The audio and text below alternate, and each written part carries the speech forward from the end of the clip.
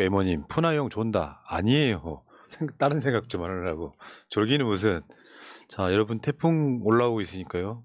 만반의 준비하시고요. 각자 대생의 국가에서 여러분들이 스스로를 지키셔야 됩니다. 이 방송은 이제 뭐 시리즈로 나갈 건데요. 이런 게 있어요. 세상에 절대 불가능한 것은 없다. 절대 안 되는 것도 없다. 여러분 상상 이상의 세상이 지금 만들어지고 있지 않습니까?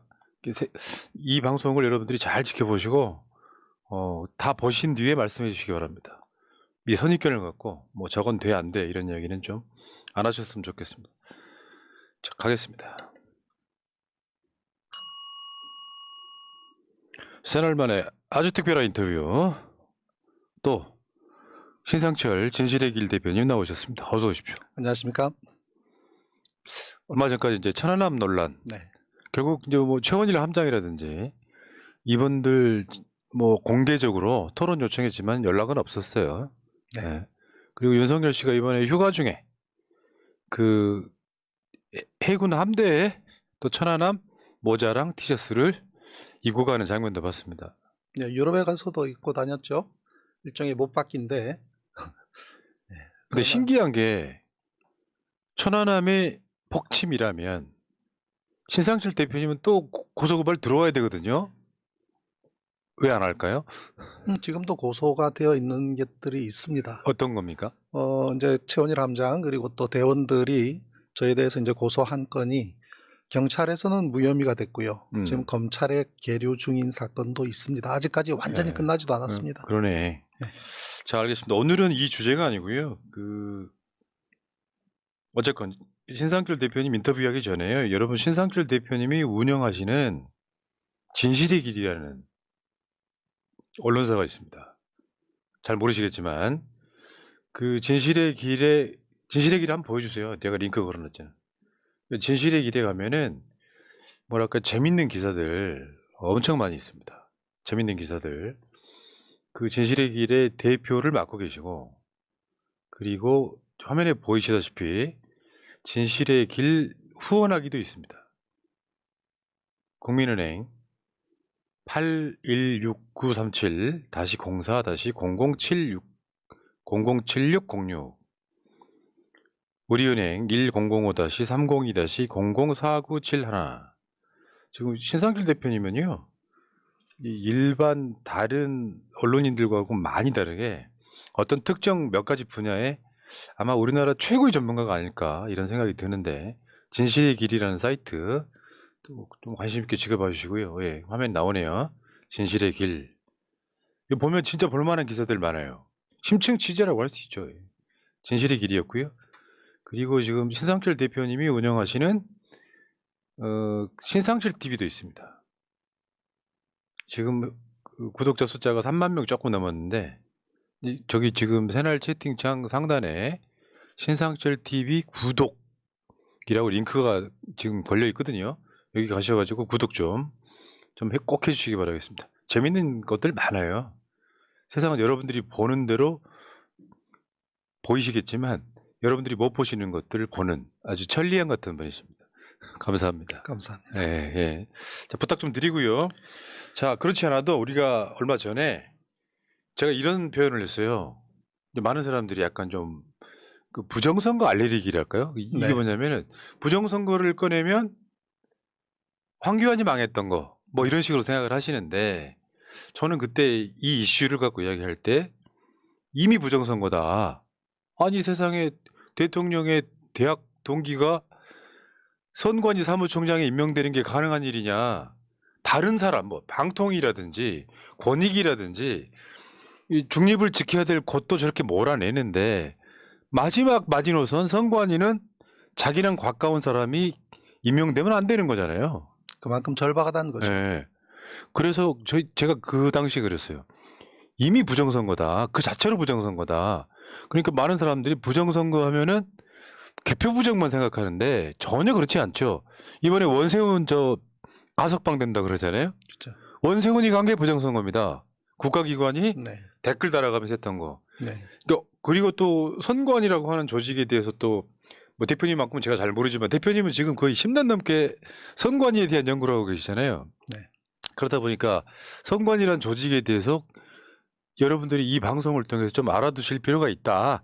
이런 취지에서 지금 우리가 오늘 방송을 준비했습니다. 어쨌건 지난 5월 25일 날 헌법기관 중앙선거관리위원회 사무총장과 사무차장이 동반 사퇴하는 사태가 발생합니다.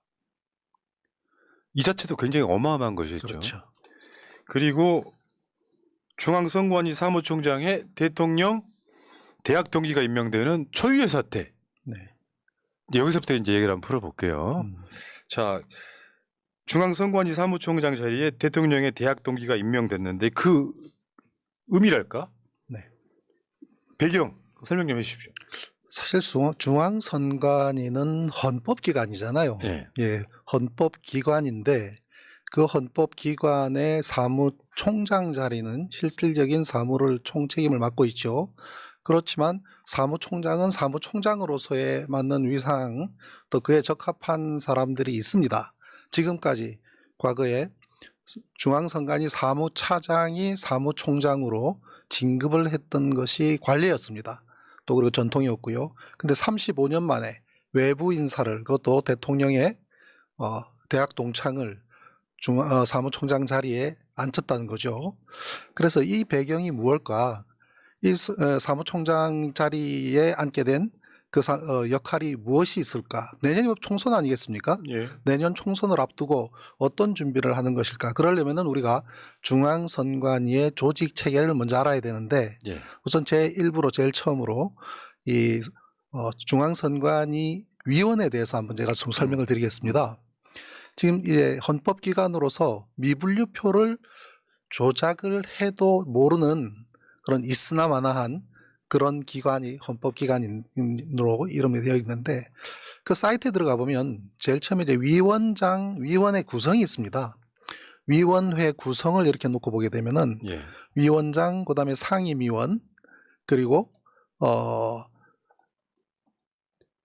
위원 이렇게 구성이 되어 있거든요. 예. 그럼 위원장과 상임위원과 위원을 다 합쳐서 위원이 몇 사람이냐면은 9명입니다. 예, 이 9명이 중에서 위원장은 대법관이에요. 위원장은 대법관이고 그리고 상임위원, 위원까지 포함을 해서 이제 9명이 구성이 되어 있는데 실제로 이 9분이 중앙선관위를 완전히 운영을 하고 있느냐의 문제예요. 예. 그렇지 않다는 거죠. 우선 위원장이 위원장 자체가 상임이 아니라 비상임입니다. 이 비상임이라는 것은 선거가 있을 때마다 도장 찍는 역할밖에는 뭐 하지 않는 예. 것이 아니냐 이제 그런 생각을 하는 거죠. 예, 그러면은 준비하신 자료를 하나씩 보면서 설명을 좀 네. 해주십시오. 처음부터 다시 보여주세요. 처음부터. 중앙선관위의 모든 것. 자, 중앙선관위 장악을 위한 속전속결 미션. 이렇게 네. 이제 부제를 다루셨고요. 네. 자, 일부로 한번 가보겠습니다. 중앙선관위를 장악하라. 사실 이거 장악이 맞죠? 네, 장악하기 위한 네. 목적이죠. 예. 다음에 중앙선관위 실질적 지배자인 사무총장에 윤석열 대학 동기가 임명됐다. 네. 밑에 부제가 판사 출신 용산 파이프라인 구축. 용산이 이태원로 22번지입니다. 예. 그리고 과천 중앙선관위는 거기 44번지예요. 과천에 22번지와 44번지에 그냥 파이프라인이 구축됐다고 보면 됩니다. 그러니까 용산과 과천이. 이 방송 보시기 전에요. 윤석열이 지금 최근에 뭐 방통이라든지 온갖 장악 프로그램들을 가동하고 있지 않습니까? 이자는 솔직히 말씀드리면 무슨 짓을 할지 몰라요. 좀 더 정확히 말씀드려볼까요? 민주당이 총선에서 압승해버리면 사실상 탄핵에 가까운 상태에 돼버리기 때문에 절체절명의 지금 위기에. 그런데 7월 25일 날 윤석열 서울대 동기 김용빈 사무총장이 임명되는. 네. 이때부터 뭔가 엄청 이상해요 지금. 네. 아까 말씀하신 것처럼 선관위 사무총장은 선관위 내부적으로 승진해 올라가는데 네. 35년 만에 자기 동기를 선관위 사무총장에 임명했다 이런 얘기고요. 네. 그 전에 이 사람을 임명하기 전에 임명돼 있던 선관위 사무총장과 차장을 동반 사퇴시켰죠. 네. 그게 5월 25일이거든요. 예. 5월 25일 날 선관위 사무총장, 사무차장 동반 사퇴하는데 이게 선관위 역사상 초유의 사태입니다. 네. 동반 사퇴라는 것이.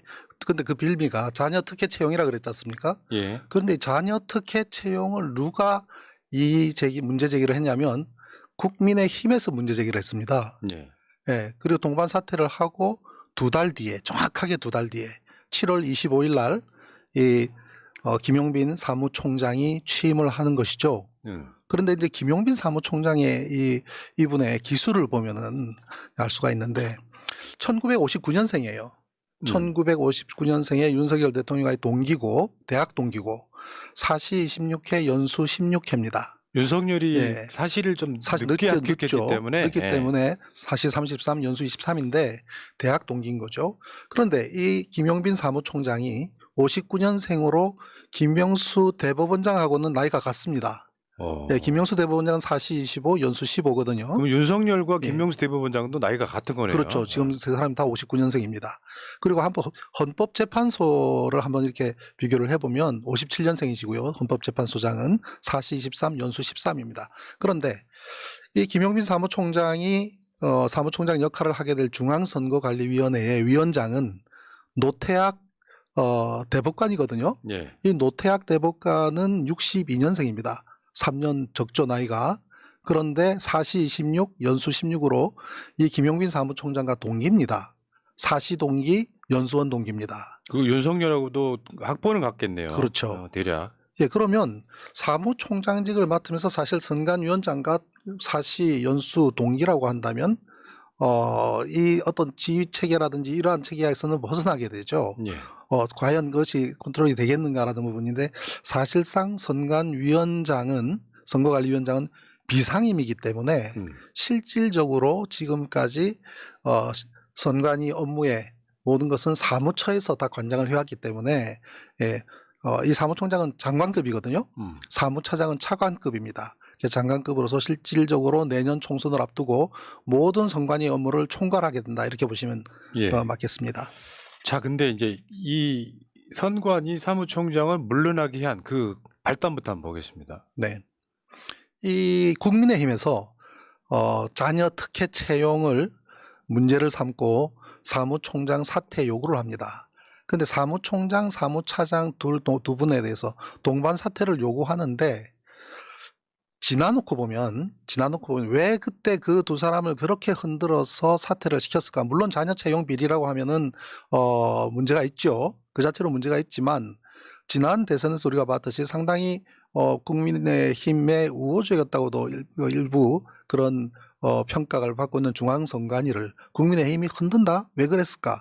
가만히 놓고 보면 사무총장인 호남분이세요. 사무총장은 호남분이시고 사무차장은 충남분입니다. 어떤 면에서는 사실상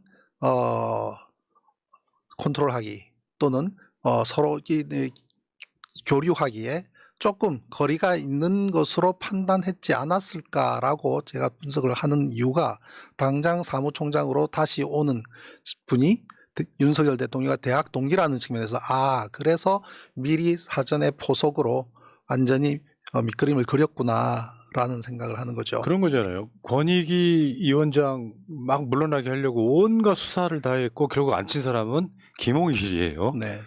저 이명박 BBK 봐준 사람. 방통위도 마찬가지죠. 그러니까 지금 국민의힘이 선관위를 엄청 흔들어댔어요. 네. 자녀 채용 비리 뭐 이렇게 이야기하면서. 네. 그러니까 이게 단순하게 자녀 채용 비리라는 명목을 통해서 물러나게 한 게 아니라 누군가를 안 치려고 빨리 물러나게 하는 네. 요소를 흔들었다 이렇게. 네. 그러니까 지금 선관위원장 노태학을 그 당시 국회에서 엄청 때려댔던 거잖아요. 네.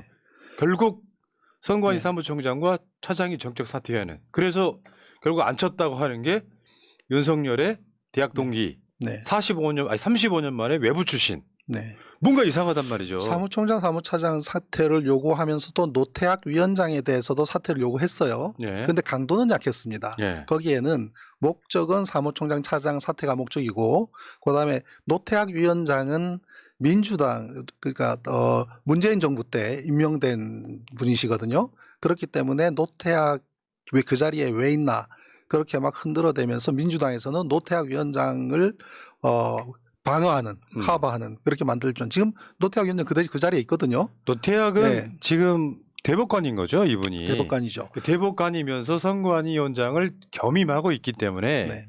자, 이게 그 얘기 이따가 더 하시고 어쨌든 김용빈 아까 말씀하신 것처럼 윤석열과 상당히 가까울 수밖에 없는, 물론 저쪽은 그래요. 뭐 연락하는 사이 아니다 뭐 이런 식으로 이제 쉴드를 네. 치고 있긴 한데 그거에 뭐 누가 알겠습니까만 이상하단 말이에요.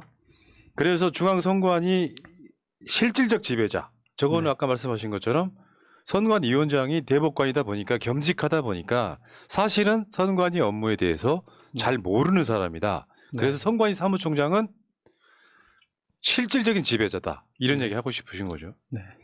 그래서 예. 그래서 용산과 과천에 한라인 구축을 완료했다. 지도로도 한번 보면 한라인 구축. 저거 손대면 안 되는데. 네. 용산구 이태원로 22번지하고 과천시 홍천말로 44번지에 파이프라인이 그대로 구축돼 있다. 예. 이렇게 보시면 되겠습니다. 자, 여기까지가 이제 개요에 가깝고요. 그 다음에 이제 선관위 조직에 대해서 한번 대해부를 한번 해보겠습니다. 중앙선거관리위원회의 조직 체계를 볼 필요가 있는데요.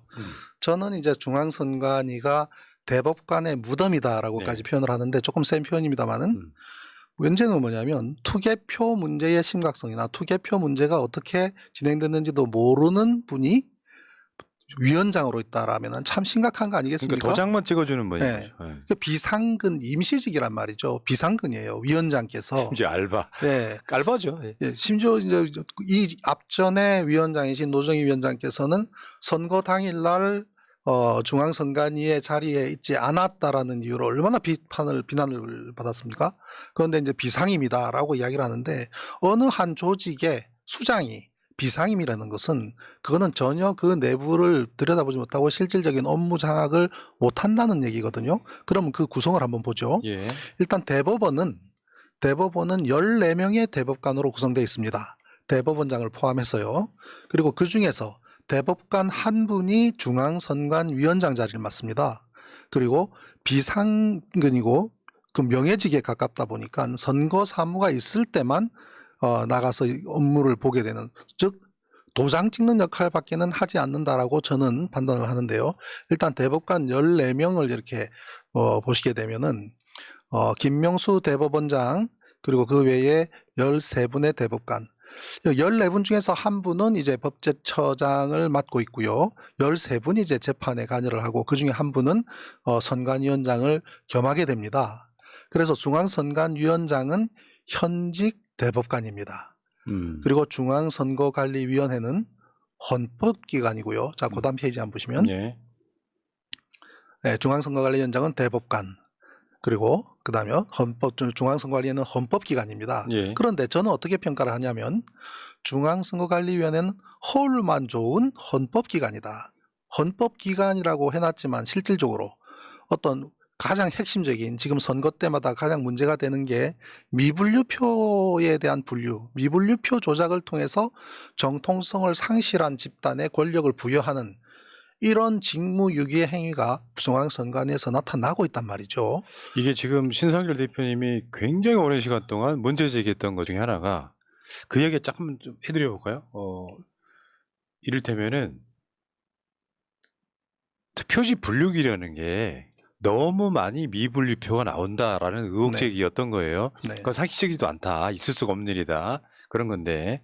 자, 어쨌건 이게 이거 한번 볼까요? 지금 저것 좀 설명 좀 해주세요. 네. 이 우리 전자개표기인데요. 전자개표기에서 미분류표가 분류되는 메커니즘에 대해서는 국방부에서 말씀을 드리게 될 거예요. 지금은 이제 중앙선관위의 조직 중심으로 말씀을 드리는데 전자개표기 제일 오른쪽에 미분류표라고 표시가 되어 있습니다. 저쪽으로 토출되고 되는 표들은 마치 무효표인 것으로 인식이 됩니다. 왜냐하면 그 다른 라인은 전부 다 후보자 이름이 붙어 있어요. 그 후보자 이름 붙은 곳에 해당 후보자의 표들이 그쪽으로 토출돼야 되는 거잖아요. 2012년에는 박근혜 라인에서 문재인 표들이 섞여 나왔기 때문에 그 당시에는 혼표라고 하는, 예, 뭐 날씨가 추워서 뭐 그런 이유를 선관위에서 됐습니다만은 혼표라고 하는 그런 부정도 있었지만 작년 2022년 대선에는 혼표는 나오지 않았습니다. 지금까지 파악하기로는. 그런데 저 라인에서 정상적으로 나오게 되면 우리가 참관을 하게 되면 이 표가 제대로 나오는지 전부 다 저 라인을 전부 다 쳐다보게 되지 않습니까? 그런데 오른쪽에 미분류표 라인으로 이렇게 표가 나오는 것은 아 이거는 무효표구나라고 인식이 돼요. 그런데 정상적으로 기표가 된 표들이 저쪽으로 토출된다라고 한다면 문제가 있는 거죠. 예. 근데 그것이 잘 이 참가인들도 산이 놓치는 거예요. 우리가 내년 총선을 앞두고 제도적인 변화를 주지 않는다면 저걸 그대로 쓰게 되는데 그랬을 때 다음 참관을 하시는 분들은 미분류표에서 정상적인 표들 멀쩡하게 기표가 되는 게 저쪽으로 나오면 무조건 스톱을 시켜야 돼요. 이게 왜 정상적으로 아무 문제가 없는데 왜 이쪽으로 나오느냐라는 거를 문제를 제기를 해야 되는 거죠. 그러니까 이 이야기는 이따가 자세히 더 하시겠지만 요게 그 가장 핵심 중에 하나가 아닐까 싶은데 이건 이따가 다시 이야기를 하시고 네. 어쨌건 헌법기관이긴 한데 사실상 저건 불법이라 이런 이야기죠. 그렇죠. 그 미분류표 라인이 몇 프로가 나오냐면 전체 표의 무려 5.8%였어요. 작년에. 18대 대선 2012년에는 3% 남짓이었거든요. 미분류표가. 그런데 작년은 5.1%, 3,600만 명이 투표를 했는데 무려 5.8% 정도가 미분류표로 나왔다. 이게 지금 197만 표요. 대표님이 전국 네. 선거구 다 정보공개 청구하셔 자료를 받아 보신 그렇죠. 거죠. 모든 그 개표 상황표를 정보공개 청구를 통해서 전부 다 받은 결과이기 때문에요. 그것을 분석한 결과고요. 여러분 지금 혹시나 이 방송 듣고 계시는데 내용도 잘 모르면서 황교안 이야기 하시는 분들이 황교안이 주장했던 부정선거는 전혀 다른 방향에 있어요 지금. 자 지금 그 다음 표 한번 보시죠. 자, 중앙선관위의 조직 체계는 위원장, 상임위원, 위원 이렇게 되어 있, 그 9명으로 되어 있고요. 그 다음 페이지 보시면 이 위원분들이 이 위원장 옆에서 빠져나와서 밑에 조직 체계가 있죠. 네. 저 오른쪽은 사무처입니다. 자, 그 다음 페이지 보시면 위원장이 위원장을 포함해서 9명의 위원으로 구성되어 있습니다. 저 위에 제일 왼쪽에 있는 분은 상임위원이고요. 그 상임위원은 대통령 임명, 그리고 위원장도 대통령 임명, 그리고 또 세 분은 대통령이 임명하게 되고 세 분은 대법원장이 임명을 하고 세 명은 국회의원 선출입니다. 그러면 이 9명의 위원이 중앙선관위에서 핵심적인 역할을 과연 하고 있느냐? 아닙니다. 그 중에서 상임은 상임위원 한 사람을 제외하고 나머지 8분은 모두 비상임입니다. 아. 예. 자, 그 다음 한번 페이지를 보죠. 그래서 독립된 합의체 헌법기관이라고 명기가 되어 있지만 이분들이 지금 임기가 2025년부터 2028년까지 6년이거든요, 임기가. 그럼 상당히 긴 기간 동안 이 위원으로 있게 되지만 실제로 대통령, 대법원장, 국회에서 선출한 3분씩 해서 9명의 위원이 중앙선관위 업무를 실질적으로 장악하고 있느냐 하면 그렇지 못하다는 게 문제가 있는 겁니다. 자, 그 다음 자료 한번 보시죠. 이 9분의 위원분들이 어떻게 구성되었는지 볼 필요가 있습니다. 노태각 위원장님은 대법관이니까 당연히 판사죠. 그리고 그 외에 김필곤 상임위원, 그 다음에 김창보 위원, 그 다음에 이승택 위원, 또 조병헌 위원, 박순영 위원 이분들은 전부 다 판사십니다. 판사. 현직 판사가 또 판사 출신이세요. 그러면 노태학 위원장 포함해서 6분이 판사 출신이잖아요. 그죠? 법조인이죠. 그리고 그 다음 페이지 보면 또 한 분은 정은숙 위원은 변호사입니다. 변호사, 현직 변호사입니다. 그럼 법조인만 7분이잖아요. 위원들 9분 중에 7분이 법조인입니다. 그리고 나머지 2분을 보게 되면은 9분 중에 7분이 법조인이고 그 다음 자료 보시면 나머지 2분은 한 분은 선관위 선거국장 출신이시고 한 분은 교수로서 이제 선거학회 출신입니다. 그러면 선거관리 업무에 사실상 실질적으로 아는 분은 이 선거학회에 있는 한 분, 그 다음에 선관위, 선거국장 이분들이 선거에 대해서는 좀 아신다고 볼 수가 있는데 다른 분들까지 포함해서 이 위원분들이 이 중앙선관위 업무 체계의 조직 특성에 과연 있느냐 하면 그렇지가 않다는 겁니다. 이분들까지 포함해서 전부 비상임이고 그나마 상임위원 한 분 계시지만 그분 또한 장관급이에요. 상임위원은. 그럼 중앙선관위 사무총장도 장관급이에요. 예. 똑같은 장관급으로서 그럼 조직 체계 라인상의 어떤 그 상하관계가 있냐면 전혀 없습니다. 예, 그래서 위원장 옆으로 빠져나온 사무국이 별도 체제로 운영이 되기 때문에 지금 이렇게 장황하게 성명을 드리는 이유는 이렇게 판사, 변호사인 법률가로 중심으로 된 위원분들이 실질적으로 중앙선관위 사무 업무에 거의 관여를 안 그럴 하는 것 것으로 같습니다. 저는 판단한다는 것입니다. 비상근인데다가 네. 겸직하는 경우가 많은데 사실상 그러면은 선관위 업무는 저분들은 도장만 찍는 역할, 네. 실질적 업무는 윤석열 대학 동기, 사무총장 이렇게 지금 구성돼 있다 이런 거죠. 그래서 저는 위원장 그다음 위원분들을 대한민국에서 최고위급 최상위 아르바이트가 아닌가라고 그러니까요. 저는 이야기를 하는 저 겁니다. 상임위원이나 선관위원장을 하면 또 그 관련된 뭐 월급이 나오겠죠. 네, 물론 진짜 그렇죠. 알바 고액 알바네요 보니까. 자, 그럼 그 밑에 산하 기관은 어떻게 되는가를 한번 보죠. 지금 조직 체계상에 위원장 포함을 해서 위원분들은 이 조직 체계에 빠져 있습니다. 위원장 밑에 바로 사무총장, 저 별표가 되어 있는 게 사무총장인데요. 위원장 밑에 사무총장, 사무차장. 여기서부터 실질적인 중앙선관위 사무 업무가 이루어지는 겁니다. 그만큼 사무총장이 자리가 중요한 거고요. 그래서 사무총장은 장관급입니다. 그리고 사무차장은 차관급이에요. 그리고 지금까지 지난 35년 동안 사무차장은 자동으로 사무총장이 퇴임하고 나면 사무총장이 되어 왔습니다. 지금까지 계속 35년 그랬는데 한 번도 예외가 없이 이번에 김용빈 사무총장이 외부에서 영입된 것이 케이스가 35년 만에 처음으로 있는 일입니다.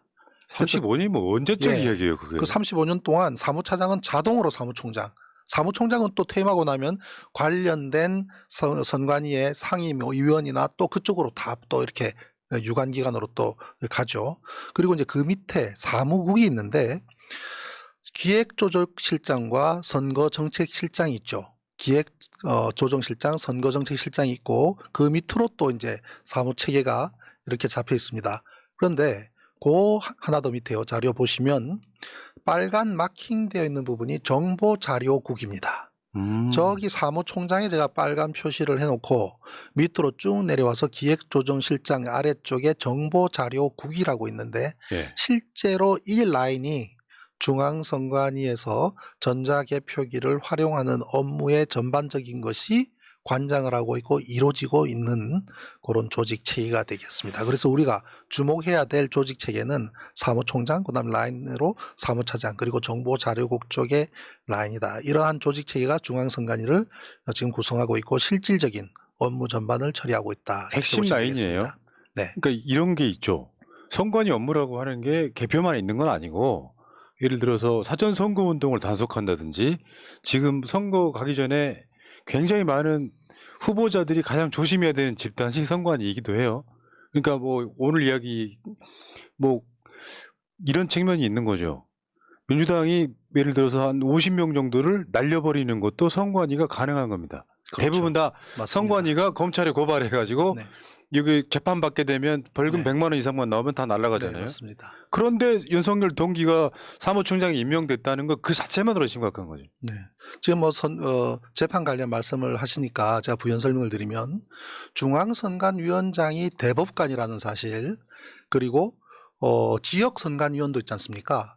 각 지역마다 시도 지역선관위원장은 지방의 지법법원장, 법원장이거나 또는 부장판사분들이 지역선관위의 선관위원장을 맡습니다.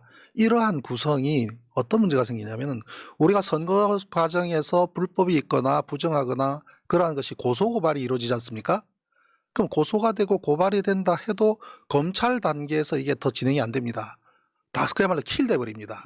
그 이유가 뭐냐면 만약에 그 문제가 기소가 되거나 또는 그 문제가 심각해서 조사가 이루어지게 된다면 전국의 선거관리위원장분들이 곤란해지는 거예요. 한 예를 들면 2014년에 제가 광주 북구의 위원장, 그다음에 춘천의 선관위원장을 고발한 사실이 있습니다. 그때 이문정 검사가 창원지검에 있어서 창원지검에 고발을 했는데 고발자 조사조차 하지 않고 킬시켜버립니다. 그 당시에 이제 광주 북구의 문제는 위원장이 도장을 위조한 사건이 발생했고, 춘천 같은 경우는 개표가 개표가 끝나지도 않았는데 발표가 된 일이 벌어졌었거든요. 그래서 그 사안을 가지고 고발을 했지만 검찰 단계에서 잘려버린 거예요. 왜냐하면 그것이 문제가 되면 전국에 수십 명이 될지 또는 수백 명이 될지 모를 그런 법관, 부장판사, 지법원장, 이 선관위원장까지 문제가 되기 때문에 다들 이 사법계통은 전부 다 선후배 아닙니까? 그러니까 킬시켜버리는 거예요. 기각시켜버리는 거죠. 그렇다면 선관위원장이나 이러한 분들은 결국 비상임으로 역할은 하지 않으면서 방패막이 하나의 그러한 그러네요. 역할로서 존재한다는 것이 우리나라 지금 선거 업무에서 굉장히 심각한 문제다. 이거야말로 권력 카르텔이네. 그렇죠. 자, 그러면 저 승진 고속열차 네. 저것도 한번 설명 좀 해주시고요. 중앙선관위는 복마 집단이다. 네. 악마들이 엎드려 있다 이런 뜻이죠. 이쪽 라인에 한번 들어가야 되면 얼마나 빠르게 고속 승진하는 걸 한 사례를 제가 한번 말씀을 드리려고 하는데요. 지금 이제 조직 체계상에서 위원장 밑에 사무차장, 사무총장 이 밑으로 쭉 이제 조직이 있지 않습니까? 예. 그런데 그다음 자료 한번 보시면 지난 35년 동안 있었던 지금 일부 데이터만 이렇게 한번 보겠습니다. 2004년부터 2004년, 5년, 6년 쭉 내려와서 오쪽에 사무차장은 차관급이에요. 가운데 라인에 왼쪽에는 사무총장 장관급입니다. 자동으로 사무차장은 사무총장으로 진급을 합니다. 와. 매년 그저 1년 또는 2년 터울로 사무총장이 사퇴를 하게 되면 사무차장이 사무총장으로 진급을 하게 되는 거죠. 차관이 1년 또는 2년마다 장관급이 되는 겁니다. 이게 쉽게 표현하면 이건 국룰이네요, 국룰. 네, 그래서 이게 35년 동안 쭉 이렇게 이루어져 왔죠. 그래서 그 다음 자료도 보시게 되면은 쭉 이제 마찬가지로 2022년까지 똑같이 지금 이루어져 왔는데 중간에 제가 빨간 마킹 한 분을 조명을 하는데 뭐 그분의 잘못을 따지는 건 절대 아닙니다. 이분이 어떻게 진급을 했는지 한번 사례로 한번 보여드리는 겁니다. 조영식 사무총장님이신데 이분은 1954년생으로 강릉 출신이세요. 예. 주문진 수상고 그다음에 방송대 영어영문학과 졸업하시고 서울대 행정학과 수료를 했는데 전자투표제도 도입에 관한 고찰 등 이런 논문을 쓰신 분인데요. 이분이 진급한 케이스를 한번 제가 살펴봤습니다. 94년도에 4급으로 이제 중앙선관위의 감사 담당관으로 근무를 시작을 합니다. 네, 물론 그렇게 그 일을 하실 만한 분이니까 하셨겠죠. 그리고 2000년까지 3급으로 계세요. 근데 2002년도 1월 달에 중앙선관위 홍보국장이 되면서 3급입니다. 그때는. 근데 그 다음 해 2003년 1월 1일에 중앙선관위 선거국장이 되면서 2급이 됩니다. 그리고 그 다음 해 10월 달에 중앙선관위 선거관리실장이 돼서 1급이 됩니다. 그리고 그 다음 해 2005년 12월 12일 날 중앙선관위 사무차장이 되면서 차관급이 됩니다. 그리고 그 다음 해 2006년 10월 27일 중앙선관위 사무총장으로 장관급이 됩니다. 야, 초고속이네요. 4년 9개월 만에 3급에서 장관까지 되는 조직이 우리나라 관료 사회에 과연 있을 수가 있을까? 중앙선관위는 이렇게 지금은 외부 인사가 사무총장으로 하는 것은 이러한 것을 타파하기 위한 목적이다라고 이야기도 할 수 있는 부분이 있는데 지금까지는 마치 복마전처럼 그 안에서 이루어졌던 부분들이 존재한다. 뭔가 저분은 굉장한 공을 세웠나 본데요. 이러한 체계가 관례적으로 되어 왔다는 거죠. 네. 예. 야.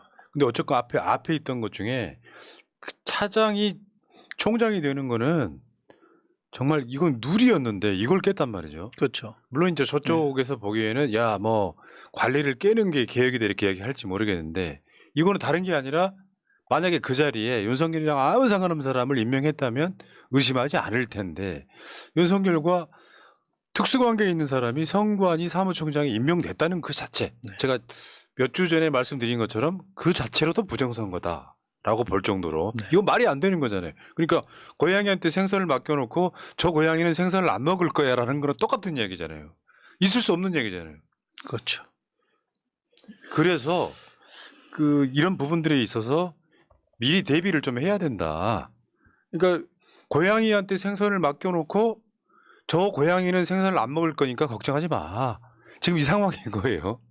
참 희한하네. 알겠습니다. 지금 상황이 이렇고요.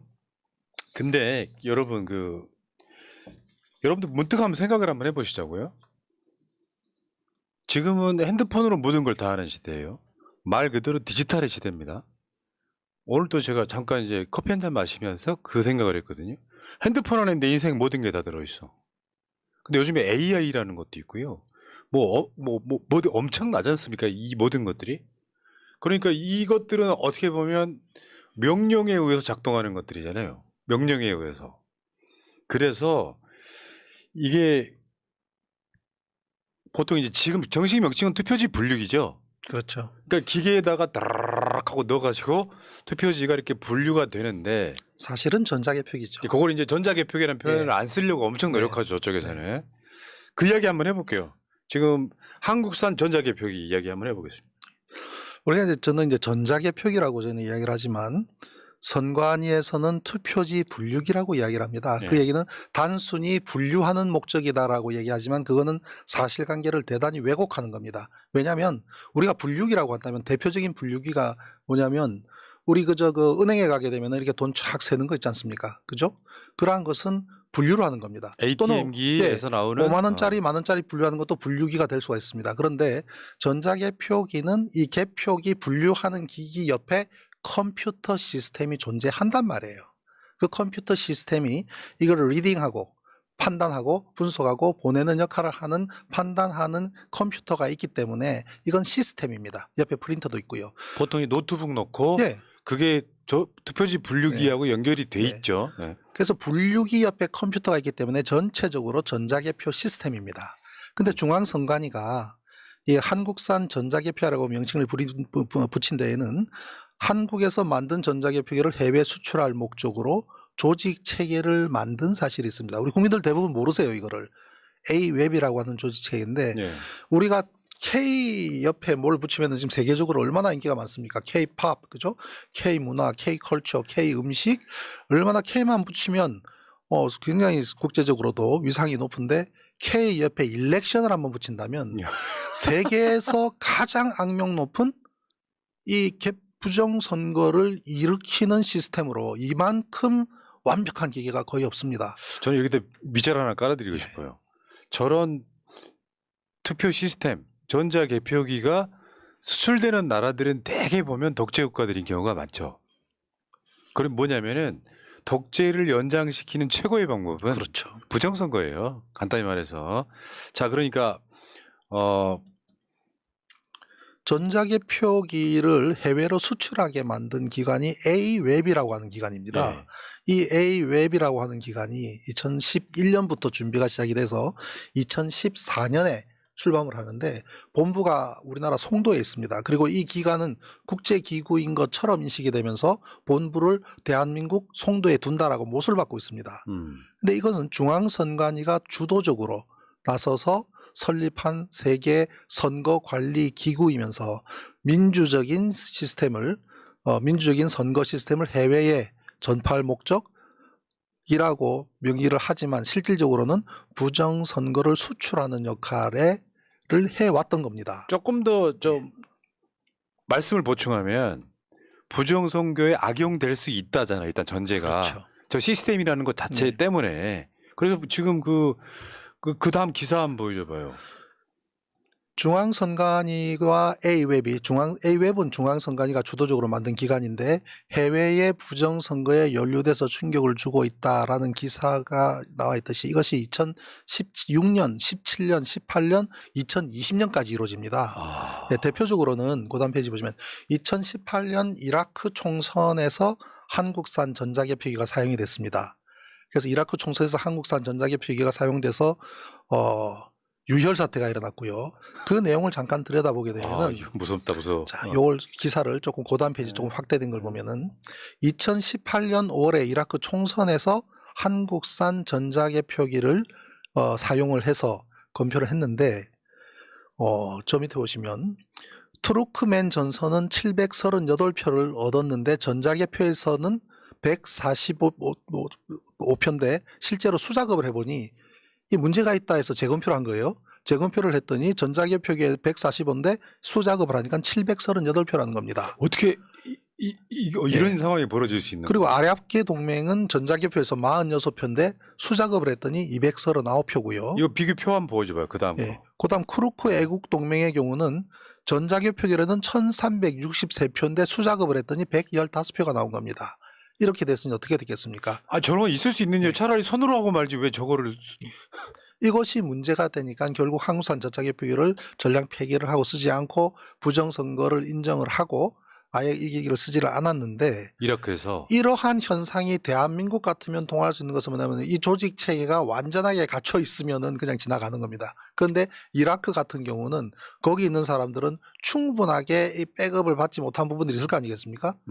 이상하다라고 하면 수작업 해보자. 라는 것이 통했지만 대한민국에서는 이와 유사한 사태가 일어나도 수작업 해보자라고 하는 것이 받아들여지지 않기 때문에 아까도 말씀하셨지만 이 지금 이 부정 선거나 개표 부정을 이야기하는 것이 황교안이나 민경욱이나 그 사람들이 이야기한 게 뭐가 달라? 라고 이긴 언제나 선거에서 패배한 팀들은 그걸 주장하는 거 아니냐라고 하는 인식이 있지 않습니까? 근데 중요한 것은 그 데이터를 다 열어보면 아는 거예요. 실제로 개표 상황표가 개표한 당일날 발생한 개표 상황표 전량을 입수를 해서 분석을 해야만 이거를 들여다볼 수 있거든요. 그걸 지난 대선 때 했던 거예요, 우리는. 예, 해서 그걸 들여다보니 문제가 있다라는 것이고, 그럼 이것을 확인하려 그러면 이론적으로 아무리 이야기해도 안 됩니다. 그 전자개표기를 통해 토출된 투표용지는 그대로 보존되어 있단 말이죠. 이 소송이 진행 중이기 때문에 작년 4월 달부터 대선 무효 소송이 진행 중이기 때문에 이와 관련된 투표 용지와 모든 서류들은 지금도 보존이 되어 있습니다. 이걸 다 들여다보겠다. 전량 검수하자라고 지금 요구를 하는 겁니다. 그래서 이것이 어떤 노인 문제가 있다. 또 보수적인 성향에서는 미분류표에 문제가 있을 수가 있다. 여러 가지 논리가 나오지만 다 필요 없다. 직접 보고 그다음에 선관위로부터 전자개표기를 가져와서 직접 다 돌려보자라고 요구를 하고 있는데 선관위는 그거를 지금 거부를 하고 있는 상황이고요. 그거를 받아줘야 되는 게 판사인데 판사가 게이트 키핑 역할을 하면서 안 돼. 기각 이런 식으로 돼버리면 밝힐 방법이 못하는 없다는 거죠. 거죠. 그런데 지금 작년 4월 이후로 진행 중인 대선 무효 소송은 현재까지 결론이 안 나왔기 때문에 아직까지도 우리한테는 기회가 있습니다. 그러면 그 콩고 유혈 사태도 한번 볼까요? 2018년 콩고 유혈 사태도 마찬가지고 이때는 아예 콩고의 시민사회 단체 분들이 한국으로 와서 선관위를 찾아갑니다. 그 앞전 데이터를 보시면 찾아가서 제발 한국산 전자개표기를 사용하지 않게 해달라고 요구를 합니다.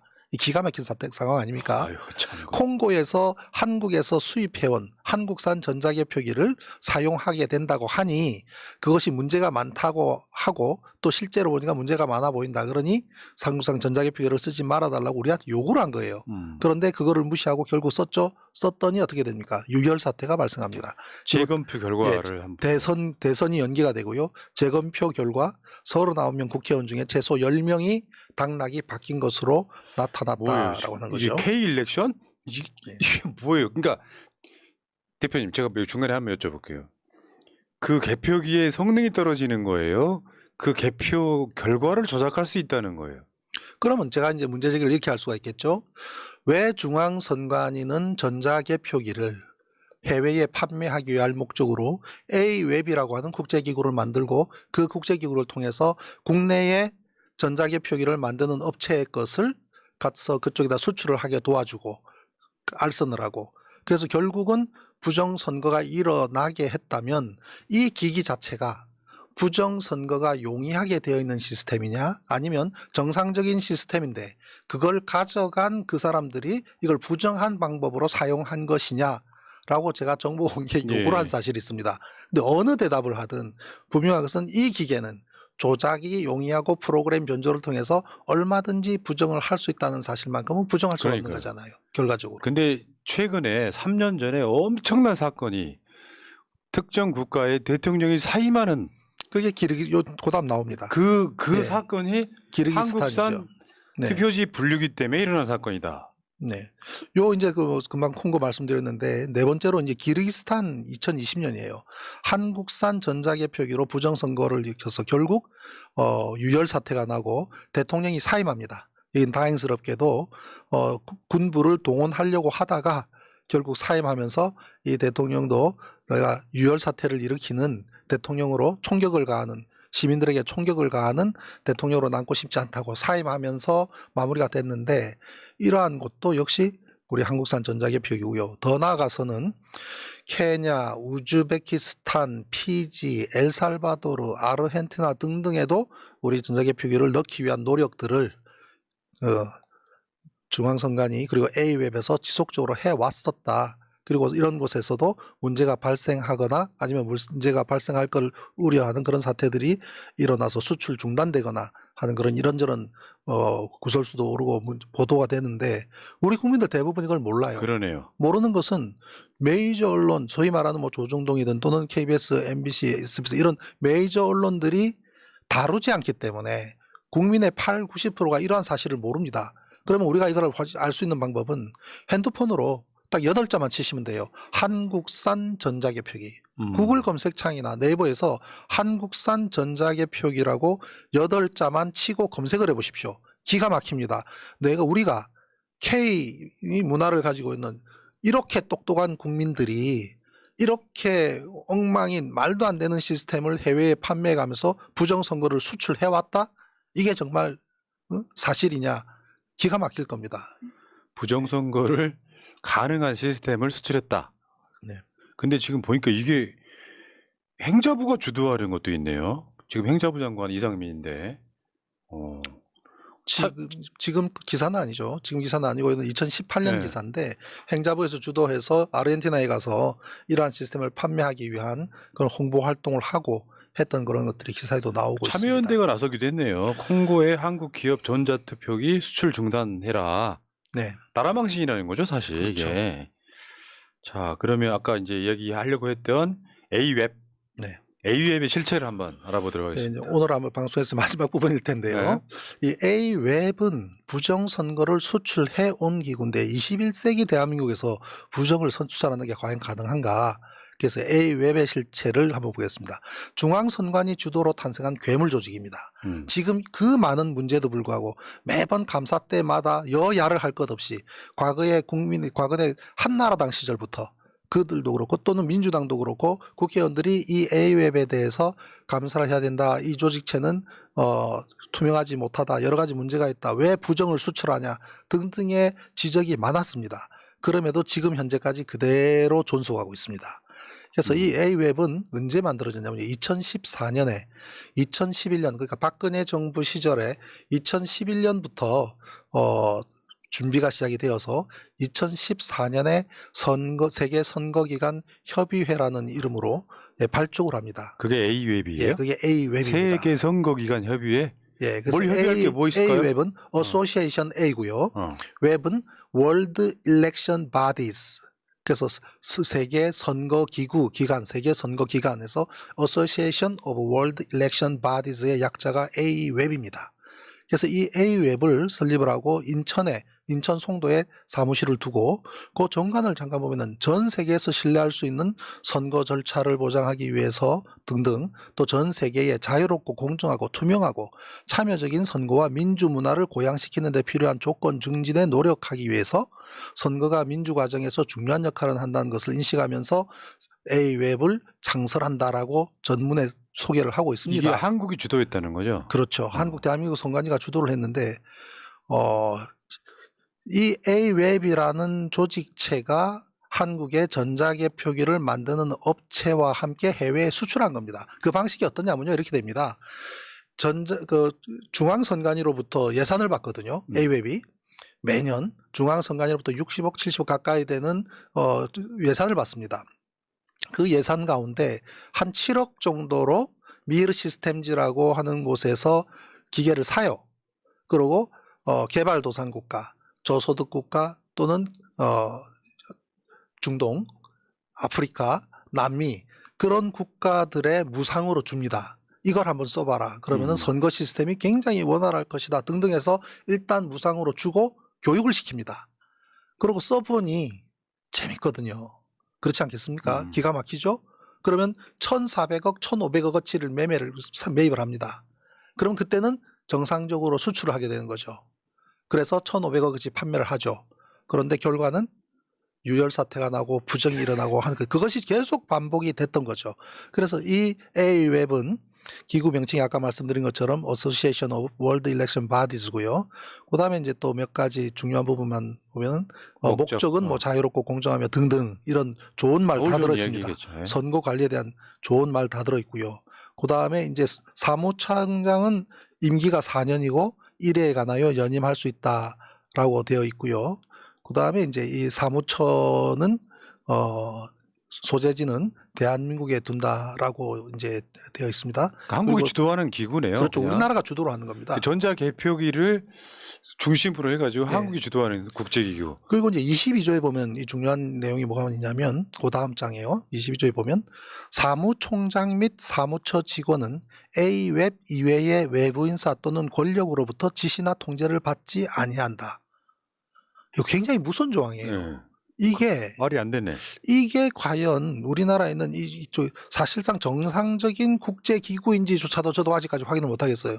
이게 국제기구인 것처럼 인식이 되어 있지만 과연 정상적인 국제기구인가? 대한민국이 이런 국제기구를 마음대로 설립할 수 있다? 한편으로는 이러한 기구를 만드는 데에 이 국제기구는 어디 있습니까? 유엔은 어디 있습니까? 미국에 있잖아요. 미국의 협조나 미국과의 어떤 그런 것 없이 이런 기구를 만든다는 게 저는 불가능하다고 생각을 해요. 그런데 이걸 통해서 어떤 면에서는 저소득 국가, 개발도상국가, 제3국가, 아프리카, 중동처럼 또는 저 남미처럼 그런 국가들의 정권을 교체할 수도 있는 그러한 용도로 이렇게 활용된다라는 것에 가지는 의미는 제가 더 깊이 얘기는 안 하겠습니다만은 굉장히 심각한 거예요. 이게 빅브라더 시대. 과거에는 그러한 나라의 정권을 바꿀 때 어떻게 했습니까? 미국이 같으면 CIA를 투입을 했던 군부를 동원을 해서 콘테타를 일으킨다든지 등등으로 정권을 바꿨잖아요. 거기에 원하든 원하지 않든 한국산 전자개표기가 활용될 수 있다라는 측면은 굉장히 가지는 의미가 큰 겁니다. 무섭습니다, 솔직히. 예. 그래서 여기 보면 독립성 보장, 사무총장 및 사무처 직원은 A웹 이외 외부 인사 또는 권력으로부터 지시나 통제를 받지 아니한다. 이 무소불위의 조직이란 얘기 아닙니까? 그리고 중앙선관위의 직원들이 이 A웹에 파견 근무를 합니다.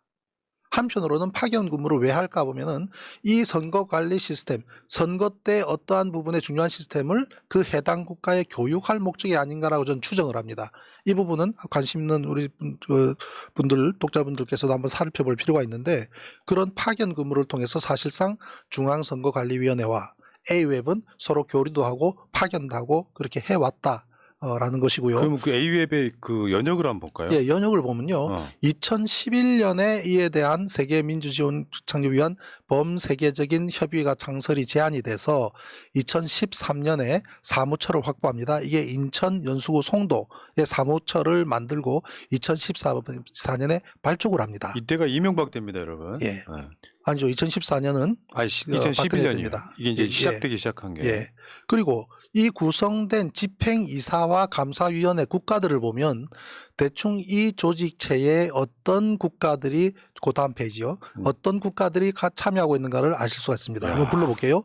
DR 콩고, 기니, 밀라위, 소말리아, 튀니지, 콜롬비아, 도미니카 공화국, 엘살바도르, 파라과이, 방글라데시, 대한민국 중앙선거관리위원회, 팔레스타인, 대만, 우즈베키스탄, 보스니아, 불가리아, 루마니아, 피지가 집행이사국입니다. 그죠? 그러면은 우리가 소위 말하는 선진국 없네요. 그건. 없죠. 네. 그러면 이 대상 국가들, 그다음 집행이사국, 그다음 감사위원은 부르키나파소, 모리셔스, 사모아 감사위원국입니다. 그러면 이 조직 체계를 운영하는 중추 집행 국가들이 어느 정도 레벨인지 우리가 대략 짐작을 할 수가 있지 않습니까? 거기에 그것과 함께 이러한 것을 판매를 해오고 그래서 대한민국이 선거 부패를 수출하는 국가가 되어버렸다는 게 참으로 이게 국회에서 나온 이야기예요. 지금 2018년에 국정감사에서 나온 이야기입니다. 주승용 바른미래당 의원이 국회에서 이걸 질타를 합니다. 개도국의 부정선거를 수출하냐. A웹 의혹 등 중앙선관위를 난타를 했다라는 기사가 있습니다. 한번 참고를 해보시면요. 이때 이제 그 주승용 의원이 이거는 국가 이미지 실추이고 선관위가 A웹의 운영 비리를 방치한 책임을 져야 한다 등등 이런 지적을 많이 했습니다. 그렇지만 지금까지도 전혀 이러한 것이 개선되거나 어떤 변화 없이 그대로 존속되고 있고 최근에는 사무총장을 모신다는 그런 공고까지 내오고 또 새로운 사무총장이 임명이 된 것으로 선임이 된 것으로 그렇게 알고 있습니다. 그래서 이 A웹이라는 조직체가 결국은 해외로 판매된 개표 부정 시스템이 우리 내부에서는 어떠한 성과를 그들 나름대로의 성과를 거두고 어떠한 역할을 했길래 해외에 자신 있게 판매까지 했을까라는 부분은 아마 다음에 시간에 말씀을 드리게 될 것 같습니다. 어떻게 보면 이권 카르텔 느낌도 나요. 전자개표기를 만드는 회사들과 연계가 돼가지고 이거 그래서 예, 우리나라 선관위가 이걸 주도할 이유가 사실 없잖아요. 제가 그래서 중앙선관위에 정보공개 청구를 했습니다. 지금까지 중앙선관위 또는 A웹을 통해서 해외에 판매된 전자개표기가 얼마이며 몇 대이며 그리고 그 금액을 그 수입을 어떻게 수익을 처리를 했는지에 대한 자료를 달라고 정보공개 청구 요구를 했는데 그러한 자료가 없다라는 회신만 받았습니다. 자, 일부는 여기까지 하시죠. 네. 근데 이 무섭네요, 진짜. 컴퓨터는 명령어대로 움직이는 거예요. 명령어대로. 예. 그게 이제 뭐 거기다가 연결이 돼 있네 안 돼 있네 뭐 논란이 되게 많았습니다만 저는 이제 제일 궁금한 게 다음 주에 할 이야기는 박혁진이 지금 뭐 하고 있을까 너무 궁금한 거예요. 2012년에 유명했던 세 사람이 유명한 있지 않습니까? 사람이죠. 박혁진, 유훈옥, 네. 유소영. 네. 그 사람들이 지금 현재는 뭘 하고 있을까가 여러분들 2주 기다리셨다가 신 대표님 나오시면은 그러니까 저는 이 방송을 하는 이유는 부정선거를 한다 이런 차원이라기보다는 조심해야 되고 알고 있어야 된다. 이거를 모르는 상태에서는 예를 들면 선거 결과가 희한하게 나와버리면 나중에는 하소연할 데도 없는 것이죠. 근데 아마 이 분야에선 대한민국의 최고의 전문가가 아닌가 싶어요. 우리 대표님이. 감사합니다. 그러니까 황교안 따위들은 있잖아요. 지난 선거 때 저번 그 총선 때 무슨 투표지가 남아돌았고 빼돌렸다 뭐 또는 한 7개 지역구에 무슨 진보 보수 비율이 똑같았다 뭐 이런 정도였었거든요. 예를 들면요. 단적으로 제가 비교하면 황교안 또는 민경호 그분들이 주장하는 선거 부장의 핵심 가운데 뭐가 있냐면 깻잎 투표지가 있습니다. 깻잎 투표지. 그거는 팩트입니다. 깻잎이 투표지 용지 안에 들어갈 수가 있습니다. 왜냐하면 투표하신 분들 다 아실 거예요. 투표하신 분들 손바닥 밑에 뭘 넣고 집어넣든 모르잖아요. 자, 그걸 투표함에다가 가져가서 투표 용지와 깻잎이든 상추잎이든 뭘 집어넣는다고 했을 때 누가 와서 손바닥 봅시다 한 사람 있습니까? 없어요. 자, 독일이나 프랑스를 예를 들면 독일, 프랑스는 투명한 투표함을 씁니다. 그리고 투표함에 손을 넣을 때 바로 옆에서 직원들이 이렇게 제껴주고 한 장 넣는 것을 확인합니다. 그리고 밑으로 떨어지는 투표용지도 눈에 보입니다. 그렇게 타는 시스템. 그다가 독일, 프랑스는 투표함 자체를 이동하면은 불법화하고 있지 않습니까? 그 자리에서 바로 개표를 한단 말이죠. 그런 경우에는 투표용지를 여러 장 들어갈 수도 없고 깻잎 같은 거 들어갈 수 있는 것도 없겠죠. 그러나 대한민국은 지금도 다음 선거에서 한번 깻잎 한번 넣어보시면 얼마든지 들어갑니다. 그거는 시스템의 문제, 현재 우리 제도상의 문제, 우리 선거관리 시스템의 문제이기 때문에 여전히 깻잎과 상추는 들어갈 수 있다. 그걸 부정이다라고 이야기는 안 된 얘기고 저희가 이제 분석한 것은 뭐냐면 전국에서 발생한 개표 상황표, 개표 상황표라는 것은 개표한 당일날 개표 결과를 기록하는 최초 용지입니다. 이 최초 용지를 전국의 모든 선거관리위원회 251군데 선거관리위원회로부터 전량을 정보공개 청구를 해서 받습니다. 그건 중앙선관위에 요구를 했더니 우리는 없다. 어떻게 구해야 되냐? 그럼 지역선관위에 일일이 요구해야 된다라고 해서 황당하잖아요. 대표님이 다 하셨어요, 그거를. 제가 우리 네티즌들과 함께 했죠. 250개. 예. 그래서 그거 한 석 달 걸렸습니다. 석 달 동안 전국의 지역선관위로부터 개표상황표 전량을 입수를 해서 그 뒤로 또 한 석 달 동안 전부 엑셀표에 집어넣어서 데이터 분석을 해서 한 결과를 얻었기 때문에 그 이야기는 뭐 다음 방송에 그 제일은 해주시죠. 다음번에 네. 말씀을 드리도록 하겠습니다. 자, 여러분도 있잖아요. 불과 1, 2년 전 이야기죠. 러시아에서 부정선거가 일어났어요. 그게 굉장히 화제가 됐죠. 막 이쪽 선거구에 투표하러 왔던 사람이 또 다른 데 투표하고 그게 독재자들이 권력을 연장시키는 최고의 방법은 부정선거인데 부정선거의 이제 개념이 투개표의 문제만 있는 것도 아니고 이 과정에서 선거에 개입하는 그 모든 것들 원세훈도 부정선거범인 거죠. 근데 실제 대한민국에서도 이승만이 물러난 이유가 부정선거였잖아요. 3.15 부정선거. 제가 알고 있기에 박정희 때도 부정선거가 있었습니다. 투표함 바꿔치기네 뭐 이런 게 있었고 그리고 노태우 때도 있었던 걸로 저는 기억하는데 거기다가 가장 아직도 풀리지 않는 미스테리는 박근혜 문재인 선거에서 네. 뭔가 뭔가 선을 탔다 이런 얘기가 18대 있었는데 대선 그리고 작년에 20대 대선 근데 그렇습니다. 그 이야기는 아까도 말씀하신 거 정보공개 청구를 해봤더니 뭔가 이상한 점이 있었다. 그리고 희한하게 최근의 선거들 대부분은 박빙의 선거에서는 민주당이 무조건 진다. 네. 뭐 여기까지 결론이 나왔어요. 자, 알겠습니다. 자, 관심을 여러분들이 가져주셔야 헛짓거리 못하고요. 쉽게 표현하면은 타짜의 그런 장면 나오죠. 밑장 빼기 하면 손목 잘라야 됩니다. 이런 방식으로 부정하게 하면 안 되겠죠. 정치 개판으로 만들어 놓고 선거 투개표만 잘하면 다시 권력을 얻게 되는 이건 말도 안 되는 그런 건 우리가 미리 예방했던 차원에서 이 방송 만들어 봤습니다. 2주 후에요. 더 정말 경악할 디테일들이 나옵니다. 자, 새날만의 아주 특별한 인터뷰 신상철 진실의 길 대표님. 저 신상철 TV 채팅창 상단에 구독하기 있으니까 좀 구독해 주시고요. 그리고 진실의 길 후원도 좀 부탁드리겠습니다. poweroftruth.net 진실의 길 저 후원도 좀 부탁 좀 드릴게요. 자, 새날은 물러갔다가 이따가 약 30분에 다시 오고요. 대표님은 2주 후에 뵙겠습니다. 네, 고맙습니다. 2주에 뵙겠습니다. 감사합니다. 민주주의 평화 통일 다 죽어간다.